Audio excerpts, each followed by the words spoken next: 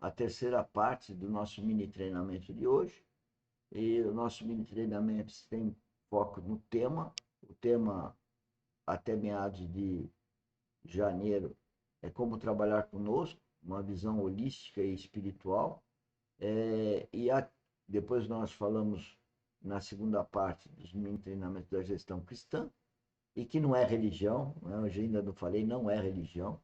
E essa terceira parte, então, a gente pega um trechinho de um vídeo que nós vamos estar olhando, são 3 vídeos, ao longo desses 3 meses, né? Meados de novembro, dezembro e meados de janeiro, que é sobre oração. Vamos ouvir um pouquinho mais, dando prosseguimento que fizemos ontem?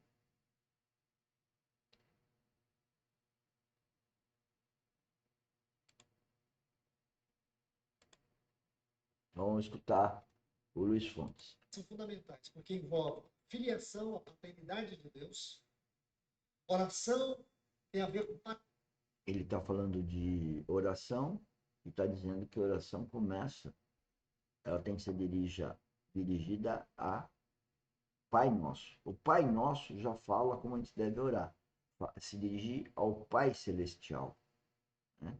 Tem que ser relativa a Ele, é com Ele que a gente fala, nosso Pai Celestial. Isso está ligado à paternidade. E a paternidade de Deus Pai conosco só ocorre depois do novo nascimento. O novo nascimento é o novo nascimento espiritual e a habitação, consequentemente, do Espírito Santo, que vai nos guiar a Jesus Cristo, tá? E que a gente sempre, em nome de Jesus Cristo, tem que falar com o nosso Pai Celestial. paternidade. Coloca isso no seu coração. A oração tem a ver com a paternidade de Deus. Pai nosso, paternidade, filiação. Agora existe um relacionamento novo, outra forma de se relacionar com Deus, que aquele povo não sabia, que os discípulos não sabiam. Toda a esfera de relacionamento, devoção, adoração que eles tinham estavam restritos aos sacrifícios, às liturgias do templo. Jesus não está falando disso. Ele está dizendo que oração não é liturgia. Oração é relacionamento. Oração tem a ver com paternidade. Oração tem a ver com a nossa filiação. Pai nosso que estás no céu. Segunda coisa, santificado é o teu nome. Nós vamos hoje entrar nesse assunto, porque é fundamental. Se o Senhor permitir, vamos na primeira parábola já tratar deste assunto. E depois, venha o teu reino. Nosso Senhor está falando desse. Está dizendo muito claro. Buscai, pois, em primeiro lugar, o reino. Vamos entender essas duas palavras. Observar e buscar. O termo observar, aqui, no versículo 26, é um termo que ocorre 12 vezes em todo o Novo Testamento. Se você estudar cada uma das suas ocorrências, vocês verão que, direto ou indiretamente, cada uma das suas ocorrências estão ligadas à pessoa do nosso Senhor Jesus. E deixe-me colocar dois textos que eles vão clarear, esclarecer, iluminar o sentido dessa palavra observar. Observai as aves dos céus. Marcos capítulo 8, versículo 25. Marcos capítulo 8, versículo 25. Então, se você quer fazer um estudo profundo, um estudo detalhado, pega aí nessa palavrinha, buscai, me perdoe, observai, no versículo 26 de Mateus 6, 26, coloca esses dois textos. Marcos 8, 25, que é o primeiro texto, e Atos capítulo 22, versículo 11. Então, veja bem, Marcos 8, 25. Então, novamente, lhe pôs as mãos nos olhos. Ele, passando a ver claramente, ficou restabelecido. Agora, olha essa frase. E tudo distinguia de modo perfeito. Essa frase que eu preciso que vocês atentem. Tudo distinguia de modo perfeito. O que significa a palavra observar? Significa distinguir tudo de modo perfeito. Jesus está dizendo, vocês precisam distinguir quê? Vocês precisam compreender perfeitamente as aves dos céus. Elas semeiam? Não. Elas ajuntam em celeiro? Não. Pai cuida. Primeira coisa que essa palavra comunica aqui é esse, Deus cuida. Deus cuida porque Ele é Pai. Você não é o Pai?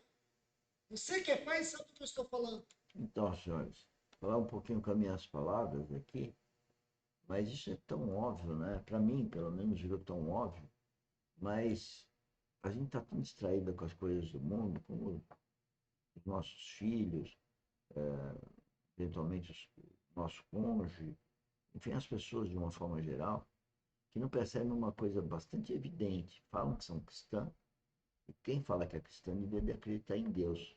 Só que se acreditar em Deus e ver isso que está escrito na Bíblia, né, na sua oração, você sabe que Deus já prometeu tudo. E aí está falando, observai as aves. As aves têm comida, elas têm, e elas não fazem as coisas que o homem faz, em termos de estar preocupado com comida, com roupa, né, com morada, né? Elas estão ali tranquilas, que elas são guiadas por Deus. Agora, se a gente acredita em Deus, se a gente acredita em, no Pai do céu, né?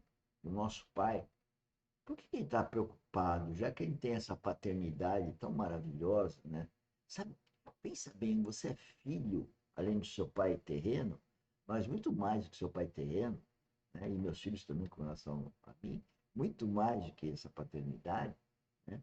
Tem a paternidade de Deus. Sabe o que é ter um pai que é o dono do mundo, sei lá? Ele é Deus.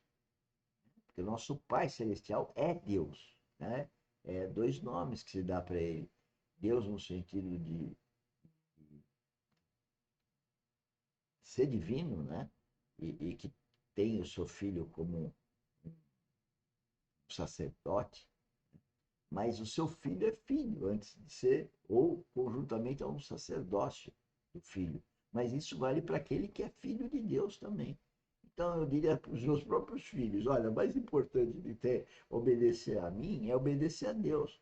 O problema é cultural, o problema é a rejeição da sociedade, o problema é as coisas que a gente, como pais, faz errado e acaba por não ter maturidade, que foi o meu caso, né?